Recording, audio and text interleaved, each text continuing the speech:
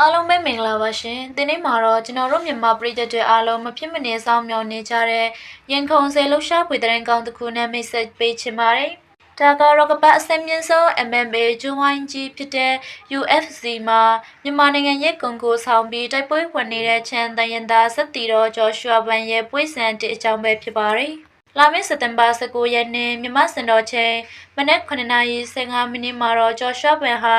ပြိုင်ဖက်ပန်ဒိုဂျာနဲ့အတူပြည်သက်တွေလွန်စွာစိတ်ဝင်စားနေကြတဲ့မကြည်ပွဲကိုပြန်လည်ထိုးသက်သွားမှာဖြစ်ပါတယ်။ဒီပွဲဟာဂျော်ရှွာဘန်ရဲ့ကစားသမားဘဝအတွက်ရောကျွန်တော်တို့မြန်မာပြည်သက်တွေအတွက်ပါအလွန်အရေးပါလာတဲ့ပွဲစဉ်တစ်ခုဖြစ်တာကြောင့်တနိုင်ငံလုံးအတိုင်းအတာနဲ့ဝါရဲအားပေးကြဖို့နှိုးဆော်ချင်ပါတယ်။ပြီးခဲ့တဲ့ပွဲစဉ်တွေမှာနှစ်ယောက်စလုံးရဲ့အခြေအနေပြိုင်ဆိုင်မှုနဲ့အပြန်အလှန်ထိုးတက်မှုတွေကြောင့်ပြည်သက်တွေကြားမှာအမြဲတမ်းပြောစရာတွေချေရက်ခဲ့ပြီးမကြေမနက်ဖြစ်နေကြခဲ့တဲ့အတွက်အခုလိုမကြေပွဲအဖြစ်ပြန်လဲစိန်ခေါ်ထိုးတက်ရတာပဲဖြစ်ပါတယ်။ပြိုင်ဖက်ပန်ဒိုဂျာဟာအသွေးကြုံရမ်းပြီးပြူဟာမြောက်ကစားတဲ့ပြိုင်ဖက်ကောင်းတရားဖြစ်ပေမဲ့ကျွန်တော်တို့ရဲ့ဂျော်ရှွာဘန်ကလည်းအသက်ငယ်ငယ်နဲ့ဂျိုဝိုင်းအတွန်းထမျက်လာတဲ့စိတ်သက်လက်မျက်လာတဲ့ထိုးချက်တွေနဲ့ကပအဆက်ကစားသမားတွေကိုဒုံလှုပ်စေခဲ့တဲ့သူဖြစ်ပါတယ်။ဒီမကြေပွဲအတွက်ဂျော်ရှွာဘန်ဟာပြင်းထန်တဲ့လေ့ကျင့်ခန်းတွေကိုပြုလုပ်ထားပြီးပြိုင်ဖက်ရဲ့အားနည်းချက်တွေကိုတေချာလေးလာကပုံမအဆက်မြင့်တန်ပြင်ဆင်ထားတာကိုတွေ့ရှိရပါတယ်။ဂျော်ရှွာဘန်ဟာရုရှင်တဲ့နောက်ခံကားနဲ့စတင်ခဲ့ပေမဲ့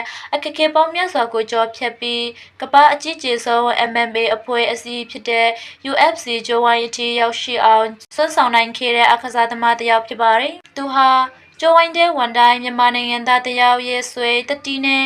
ချင်းခိုင်မှုကိုကဘာကတီအောင်တတိပြလေးရှိပါတယ်။ဂျိုဝိုင်းတီမှာပါမဆိုဖြစ်သွားနိုင်ပေမဲ့သူရဲ့စူးစမ်းအားထုတ်မှုတွေနဲ့တိုက်ပွဲဝင်လို့စိတ်ကတော့ကျွန်တော်တို့အားလုံးအတွက်လုံးဆောင်မှုနဲ့ကုညူစရာတွေပေးစွမ်းနေစေဖြစ်ပါတယ်။စက်တင်ဘာလ19ရက်နေ့မနက်9:15မိနစ်ဆိုတာမနက်ခင်းစတင်ချိန်ဖြစ်ပေမဲ့ကျွန်တော်တို့မြန်မာပြည်သူပြည်သားများအကစားဝဒနာရှင်များအနေနဲ့မိနစ်အနည်းငယ်များအချိန်ပေးပြီးဂျော်ရှွာဘန်ကိုတညီတညွတ်သေးအားပေးကြဖို့မြတ်တာရက်ခံချင်ပါတယ်။ပြည်သက်တွေရဲ့အားပေးတဲ့နဲ့စူတောင်းပေးမှုတွေဟာဂျိုဝိုင်းထဲမှာတိုက်ပွဲဝင်နေတဲ့အခစားသမားတယောက်အတွက်အကြီးမားဆုံးသောစိတ်သက်ခွန်အားကိုဖြစ်စေပါတယ်။လူမှုကွန်ရက်တွေပေါ်မှာပဲဖြစ်ဖြစ်တိုက်ရိုက်ကြည့်ရှုရဲ့နဲ့ပဲဖြစ်ဖြစ်ကျွန်တော်တို့ရဲ့အားပေးစကားတွေဟာသူ့စီကိုရောက်သွားမှတေချပါတယ်။ဒါကြောင့်လာမယ့်စက်တင်ဘာ19ရက်မနေ့ကမှ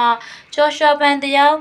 ပြိုင်ဖက်ပန်ဒိုဂျာကိုပြပြသားအနိုင်ယူနိုင်ဖို့မြန်မာနိုင်ငံအတွက်အောင်ပွဲစခုပေးနိုင်ပါစေကြောင်းအတူတကွဆူတောင်းပေးကြရအောင်ပါမြန်မာကုံဆောင်ဂျော်ရှွာဘန်ရဲ့အောင်ပွဲတဲ့ရင်ကိုအားလုံးနဲ့အတူဝမ်းမြောက်စွာကြိုဆိုနိုင်ဖို့စက်တင်ဘာ19ရက်နေ့မနေ့9:15မိနစ်မှာဂျော်ရှွာဘန်နဲ့တူရှိနေကြရအောင်လို့နှိုးဆော်ရင်ညီကုံချုပ်လိုက်ရပါတယ်